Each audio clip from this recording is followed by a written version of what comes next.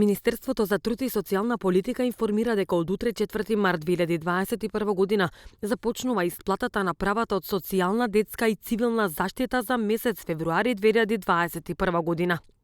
Корисниците на парични права кои што поседуваат дебитна картичка ќе можат да подигнат готовина на банкоматите на банките, да ги користат средствата за безготовински плаќања во продажната мрежа или преку електронско и мобилно банкарство од 4 март 2021 година. Со цел да се избегне метеж пред банките и да се овозможи поголема заштита на корисниците на парична помош во услови на здравствена криза.